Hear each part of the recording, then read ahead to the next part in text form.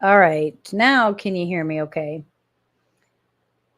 Let me just make sure I'm set up on Instagram. Okay, good. I am. All right. Now, can you hear me okay? Let me just on Instagram. Okay, good. I am.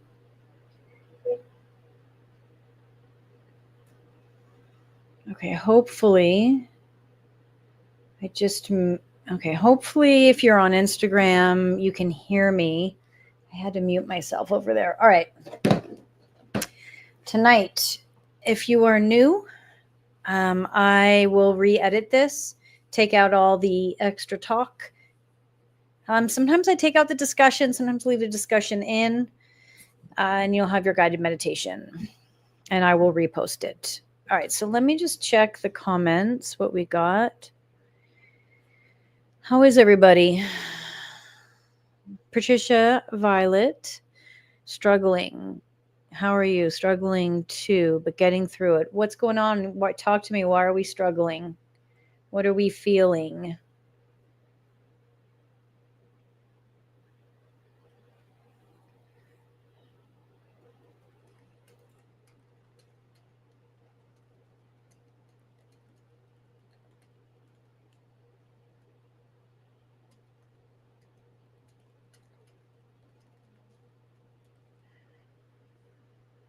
Okay.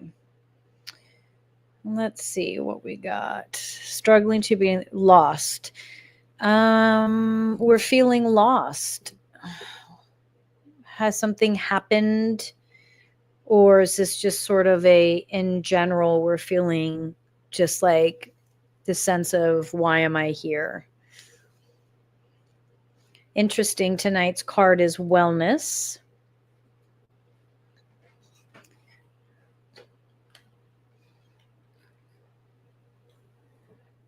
Okay, I'm just turning my fan off. So yeah, or if you're feeling a little lost, so hopefully we can regroup, reground. So you're feeling lost in general. Okay, so let's see what we come up with tonight. Feel free to continue to share with me how you're feeling. Tonight we're looking at our oracle card is wellness. Mental wellness, right? Our mental well-being, our physical well-being. Let's get into that a little bit. Hang on one sec.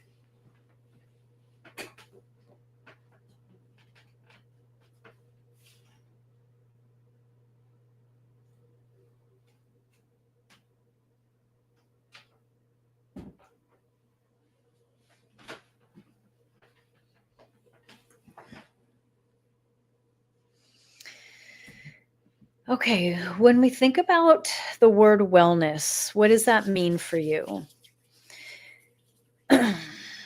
For me, what came up when I saw this card, what came up was, why do we avoid wellness?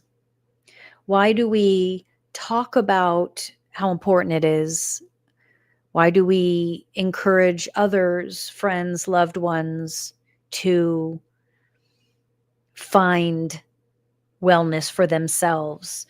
But the truth is, when it comes down to it for ourselves, why do we not stick with seeking wellness every day? Loaded question, lot that can be dug into. But I'd like to address this.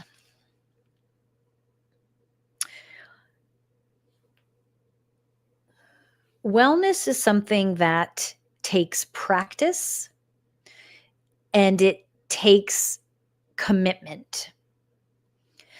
And if I'm going to ask you to commit to something, there has to be the drive, the energy, mental energy, emotional energy to make that commitment. And if we don't have the mental and emotional energy to commit to something, then we have to unravel where our energy is being depleted from. And I will not allow us to say others. I will not allow us to say that person is depleting my energy. Why won't I allow that? Because if you have been working with me this long, you understand that we do not point our finger at others and say, it's their fault my energy is depleted, because we have the tools to replenish when we are depleted. You will always be depleted. Your cup will always empty every day. Some days it will empty after a 9-hour day. Some days it will empty after the first 2 hours of the day. We don't know. What we do know is we have the tools to deal with that depletion. So then we ask, why am I not utilizing those tools? Let me be clear. Those tools don't fix it all, and they don't create perfection. They give us the ability to manage through difficult times. It doesn't mean it will be perfection. And it doesn't mean you will feel amazing afterwards. It means you will have the energy to continue to get through. Not necessarily get through with joy, just to get through. And sometimes we just need to get through.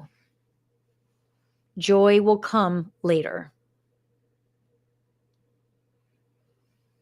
So if we unravel and go all the way back and say, why am I depleted? Why am I still allowing others to deplete me? Why am I still blaming others for depleting me? And it goes back to you not having the mental and emotional and spiritual capacity to commit to you. We don't feel worthy. We don't feel we should be a priority. We're too busy. We have children. We have a demanding job. All these things that will always exist. So we've got to find a way to commit to ourselves first. You have to. It's not up for debate. You have to. Why? Because in 10 years, you think you're depleted now? Imagine what you'll feel like in 10 years. Or imagine what you will feel in 10 years after utilizing the tools that you have to no longer be constantly depleted. Imagine what you'll feel like in 10 years applying these tools. And these tools that I'm referencing are the 5 steps to consciousness. And I'm not saying you have to do every step full out every day. But if you're running a marathon, you got to train. And life is a marathon, and you've got to train for it. And if you think anything less than that, this is why you're depleted. If you look at your life as a marathon, you understand that you have to train for it. You have to pace yourself. You have to balance yourself. You have to know when you have to push hard and when you have to let go. And I'm not saying you alone have to know that. You have friends you call on that remind you of that. You have a therapist. You have your meditation. You have your guides that remind you. You're told in a dream.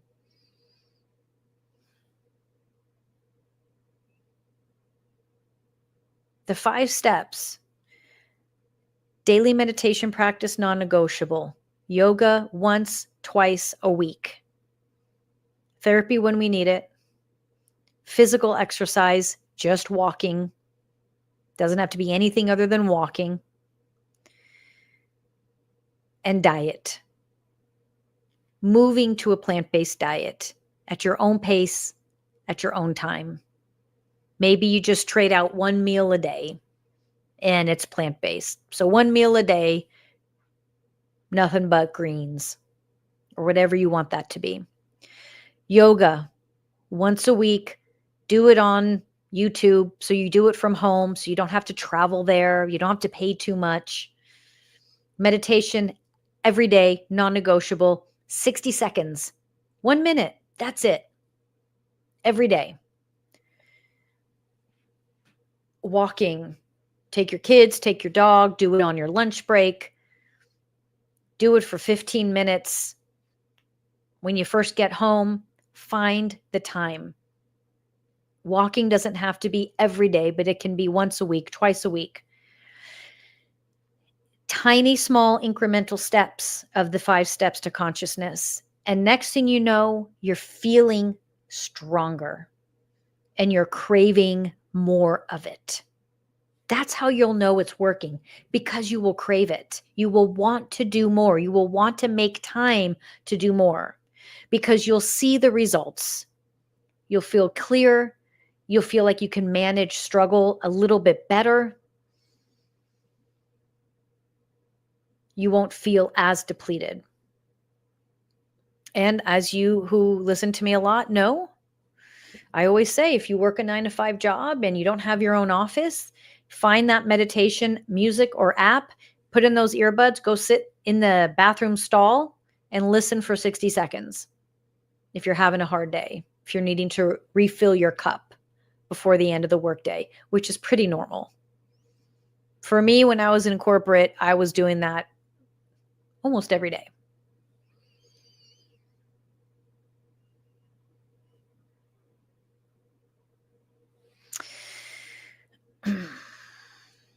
That is true. I've learned to take care of myself after starting to work with you. Thank you. Oh, good, Patricia. I'm glad to hear that.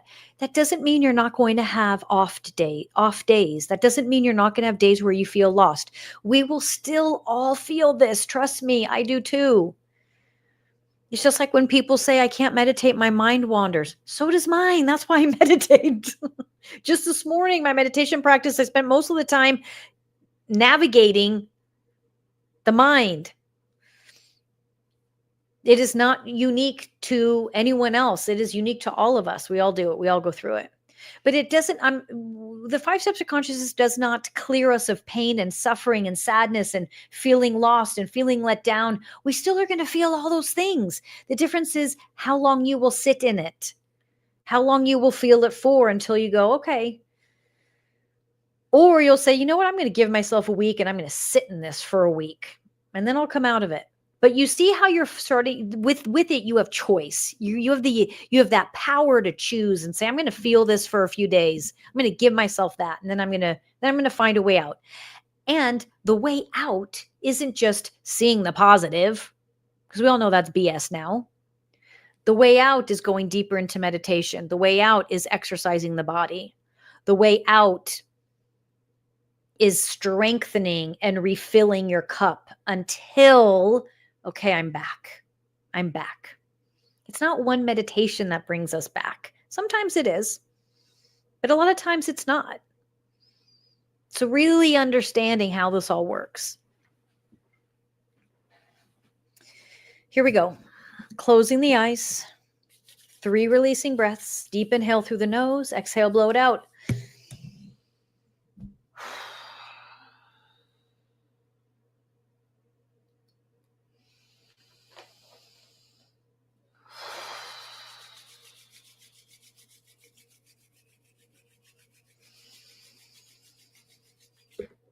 All right. Closing the eyes. Relaxing the shoulders. Relaxing the forehead. Noticing if the eyes are gently closed or squeezed tight. Relaxing the jaw. Shoulders fall away from the ears. Wiggle the fingers and toes to make sure they're not clenched. And the belly is relaxed, released. And the belly moves with the breath. If you want, you can place the right hand over the belly to make sure that it's moving with the breath. We're not clenching. We're not holding. We inhale. And as we exhale, the belly pulls in. Inhale. And as we exhale, the belly pulls in. Inhale. And as we exhale, the belly pulls in without force. The belly just naturally moves with the breath.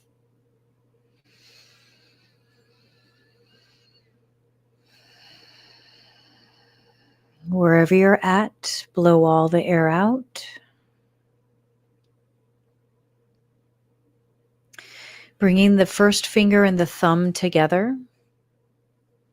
We inhale for a count of 4, 3, 2, 1. Gently hold the breath without stress, without strain. Then gently blow out through the lips for 4, 3, 2, 1.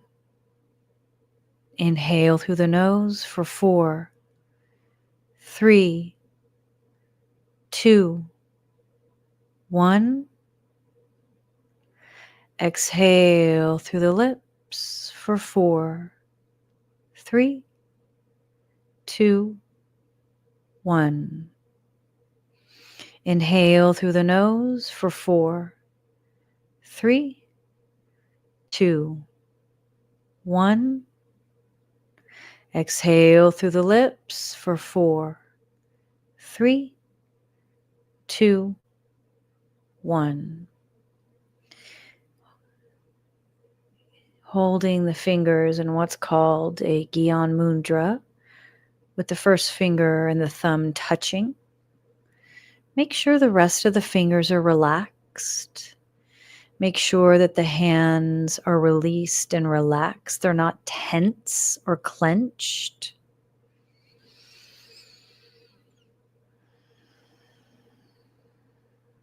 Allow the breath to move at its own pace.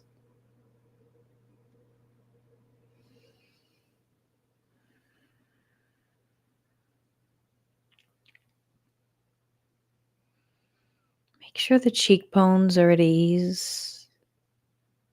I just want you to listen to your breath for a moment.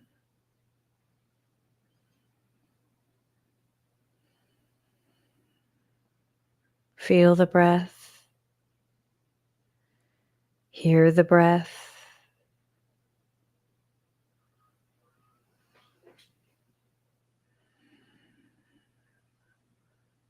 And bringing the attention to the third eye.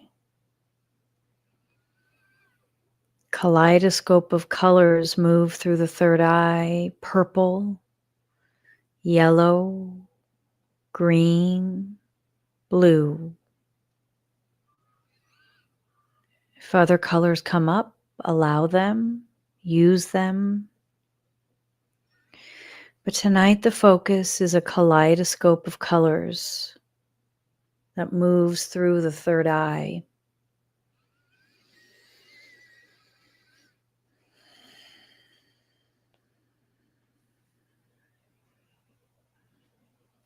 And I want you to feel those colors, see them, maybe hear them. Focusing on this kaleidoscope of colors while still being aware of the breath.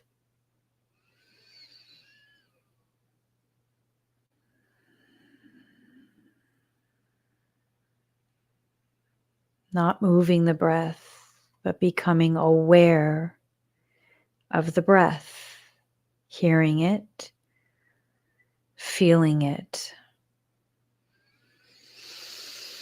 And on the exhale, I want you to gently push this kaleidoscope of colors out a little bit farther into the cosmos.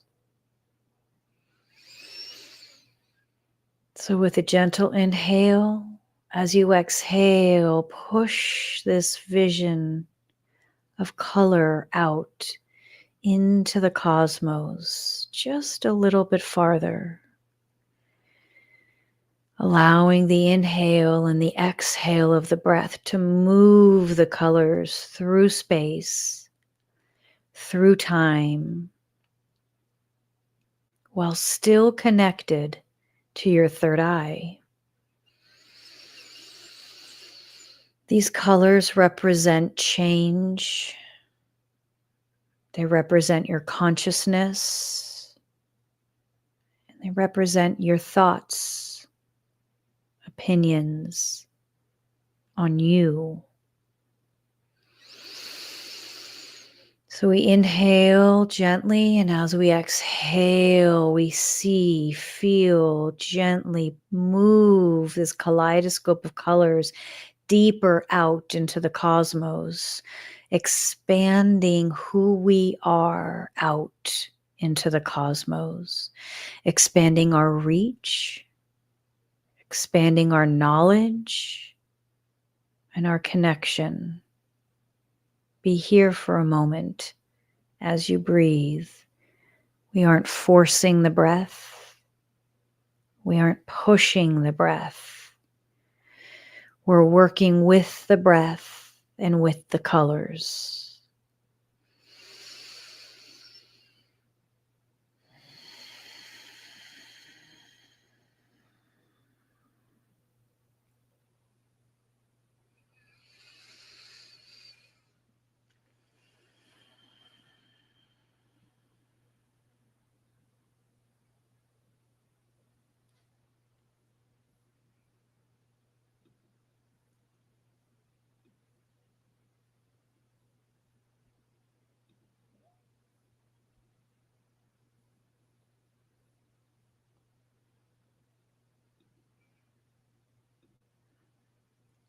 So now we're going to take this kaleidoscope of colors and we're going to allow them to just expand out through the entire cosmos, and make sure you feel those colors moving out in front of you, to the side of you, and behind you.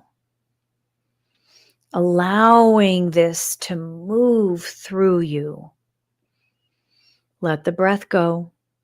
And just feel the colors moving through you, moving around you, washing over you. Your consciousness expands. Your energy expands.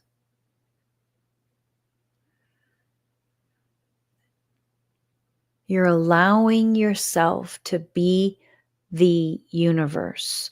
You're allowing yourself to be the universe. Allowing yourself to expand so that where you end and the universe begins is inseparable. Feeling the connection. Feeling the expansiveness. Who are you within this? You are more than this body. You are the green, the blue, the purple, the pink, the yellow. And your body expands, and your energy field expands, and your chakras expand, and you're moving through spirit. And spirit is moving through you. You're limitless. You feel weightless. You feel light.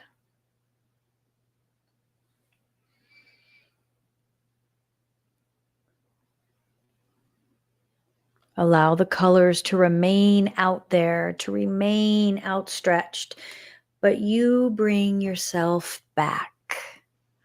Start to bring yourself back into your body, wiggling the fingers and the toes, rubbing the palms of the hands together, bringing yourself back.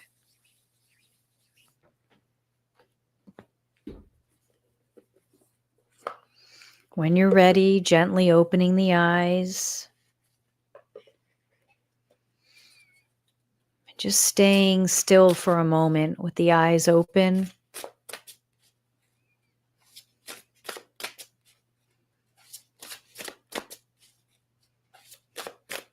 Noticing how you feel.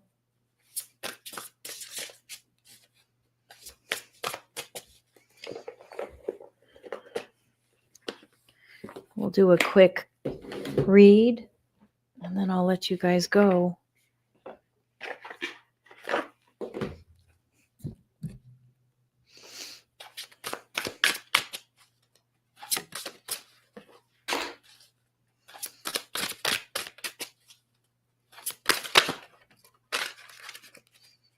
All right.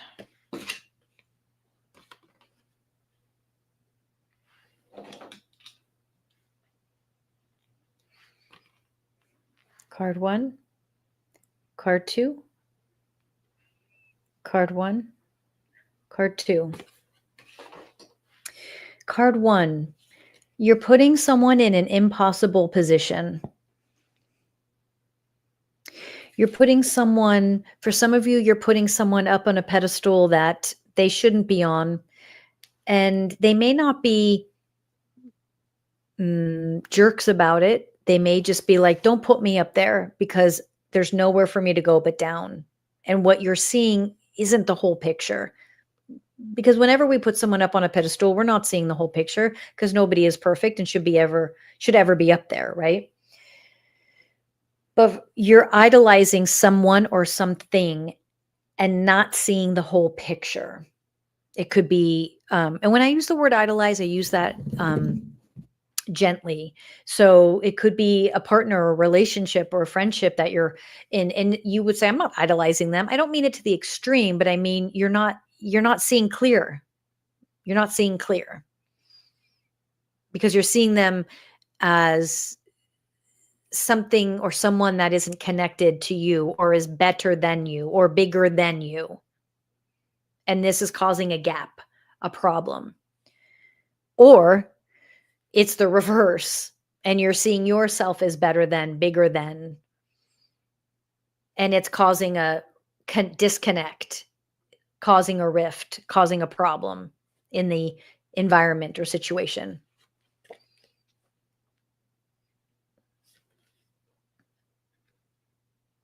Card 2.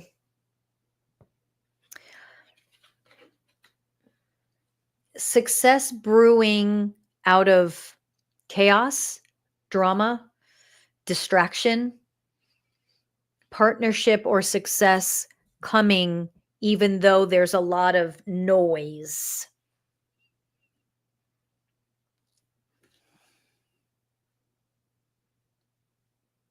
But don't be blind to the noise and don't let the noise blind you. So finding that balance is tough when there's a lot of like one example would be like a relationship that nobody approves of and everyone's passing judgment about it and saying, don't do this, don't do that. And that noise is going to get to you. And or this is you trying to like build a business in a difficult climate or a very, combative climate. Keep building, keep building, keep building, keep building. Do your best. This is where our practice comes in, because that noise has to take a back seat. We don't want to completely ignore the noise, because there can be good in that noise, like information we need in that noise, but we have to separate ourselves enough from it to realize that it's noise, and noise cannot be what makes a decision for us. Noise cannot make decisions for us. Decisions have to be made in the silence, not in the noise. All right. Good job tonight, you guys. Nice work. I hope that balanced you out a little bit more, Patricia and Violet. I hope you feel a little bit better. I'll be back next week. Thank you. Good to see you, Violet.